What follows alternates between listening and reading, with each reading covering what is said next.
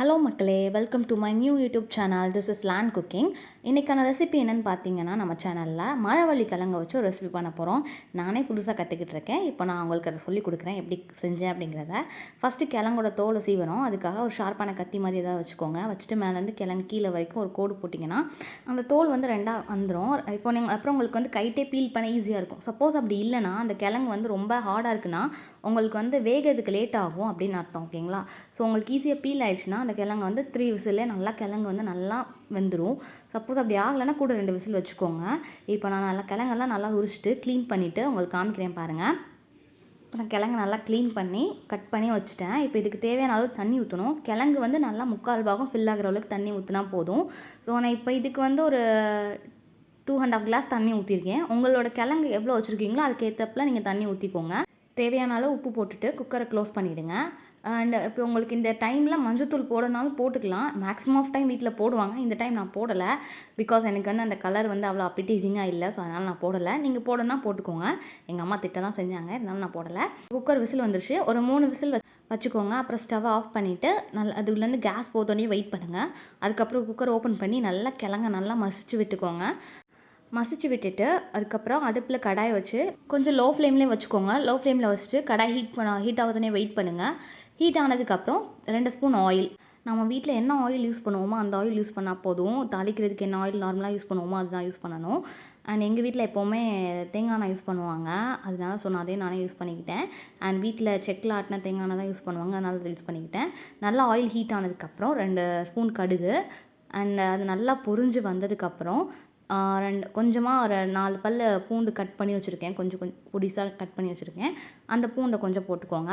Because ஏன் பூண்டை add பண்ணுறோன்னா நமக்கு வந்து மரவள்ளி கிழங்கு வந்து டைஜஸ்ட் ஆக ரொம்ப லேட் ஆகும். ஸோ பூண்டை ஆட் பண்ணால் நமக்கு வந்து ஹெல்த் வைஸ் ரொம்ப நல்லது.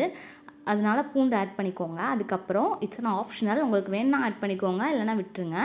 ஏன்னா நிறைய பேருக்கு பூண்டு பிடிக்காது. ஸோ அதனால் ஆட் பண்ணணுன்னா பண்ணிக்கோங்க, இல்லைனா விட்டுருங்க. அதுக்கப்புறம் கருவேப்பிலை போட்டுட்டு நல்லா அதை பொரிஞ்சு வந்ததும் அதுக்கப்புறம் நம்ம தேவையான அளவு சின்ன வெங்காயம் ஆட் பண்ணிக்கலாம். ஸோ சின்ன வெங்காயம் ஏன் ஆட் பண்ணுறோன்னா அதுவுமே ரொம்ப நல்லது. அது நல்லா ப்ரௌன் கலரில் வரத்தனையும் நல்லா கிண்டி விட்டுக்கோங்க. ஒரு 2 மினிட்ஸ் நல்லா மிக்ஸ் பண்ணிக்கிட்டுருங்க. அந்த சின்ன வெங்காயம் வந்து நல்லா ஒரு கோல்டன் ப்ரௌன் கலரில் வரத்தனையும் நல்லா மிக்ஸ் பண்ணிக்கோங்க.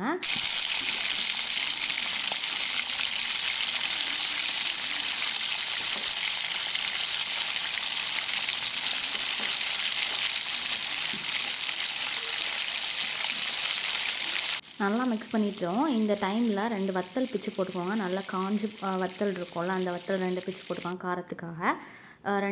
3 வத்தல் நான் போட்டிருக்கேன். உங்களுக்கு காரம் எவ்வளோ வேணுமோ அதுக்கேற்றாப்புல போட்டுக்கோங்க. ஒரு 3 வத்தல் போட்டு நல்லா மிக்ஸ் பண்ணிவிட்டு இது ஒரு 1 நிமிஷம் நல்லா கிண்டி விட்டுக்கோங்க.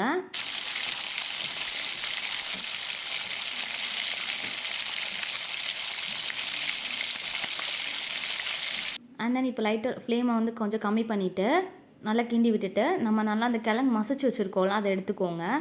அதை எடுத்து இந்த டைம் நல்லா அந்த வத்தல் எல்லாமே மிக்ஸ் ஆகி ஒரு கோல்டன் ப்ரௌன் கலரில் இருக்கும் உங்களுக்கு அந்த வெங்காயம்லாம் வெந்து. இந்த ஸ்டேஜில் வந்து நம்ம வந்து அந்த கிழங்கு இருக்குல்ல, நம்ம ஏற்கனவே ஆல்ரெடி கிழங்கு ரெடி பண்ணி வச்சுருக்கோம்ல, நல்லா ஆறி போய் இருக்கும். மசிச்சு விட்டு குக்கர் ஓப்பன் பண்ணதுனால அந்த கிழங்கு எடுத்து அது கூட போட்டு நல்லா மிக்ஸ் பண்ணி ஒரு 2 நிமிஷம் அப்புறம் இறக்கிடலாம். அவ்வளோதான், டிஷ் ரெடி. பாருங்கள்.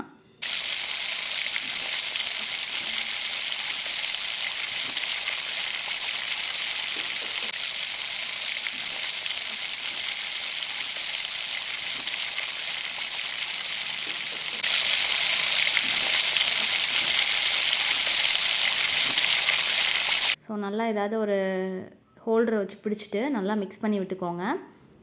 ஒரு கரெக்டாக ஒரு 2 மினிட்ஸ் மிக்ஸ் பண்ணிக்கோங்க. நல்லா எல்லா சைடுமே எல்லாமே ஸ்ப்ரெட் ஆகுற மாதிரி அந்த ஆயில் எல்லாமே அந்த கிழங்கு மேலே அப்ளை ஆகுற மாதிரி நல்லா மிக்ஸ் பண்ணி விட்டுட்டு இறக்கிடலாம். அவ்வளோதான், நமக்கான டீ ஸ்நாக்ஸ் ரெடி ஆகிடுச்சு. இதை வந்து நீங்கள் டீ டைமில் வச்சுனாலும் சாப்பிட்லாம், இல்லை பிரேக்ஃபாஸ்ட்டாகவும் சாப்பிட்லாம். அவ்வளோ டேஸ்ட்டாக இருக்கும். அண்ட் ரொம்ப சீக்கிரம் வயிறு வந்து ஃபில் ஆகும். பசி எடுக்காது அவ்வளோ சீக்கிரம். கிழங்கு வந்து அவ்வளோ டேஸ்ட்டாக இருக்கும். ஸோ இது வந்து ரொம்ப ஹெல்த்தியும் கூட. இது கூட நீங்கள் வந்து டொமேட்டோ கெச்சப் ஊற்றிக்கலாம். ஸோ சின்ன பசங்களுக்கு வந்து ரொம்ப பிடிக்கும். அதனால் கெச்சப் ஊற்றி கொடுத்தீங்கன்னா ரொம்ப விரும்பி சாப்பிடுவாங்க. அண்ட் பிடிக்காதவங்க சட்னி கூட வச்சு சாப்பிட்லாம். வீட்டில் இருக்க சட்னி, ஏதாவது தேங்காய் சட்னி ஒரு தக்காளி சட்னி இருந்துச்சுன்னா அதை வச்சு கூட சாப்பிட்லாம். செம்ம டேஸ்ட்டாக இருக்கும். அண்ட் எல்லோரும் வீட்டில் ட்ரை பண்ணி பாருங்கள். எப்படி இருந்துச்சுன்னு கமெண்ட் பண்ணுங்கள். உங்களுக்கு பிடிச்சிருந்தா லைக் பண்ணுங்கள், சப்ஸ்கிரைப் பண்ணுங்கள், மறக்காமல் பெல் ஐக்கானை கிளிக் பண்ணுங்கள்.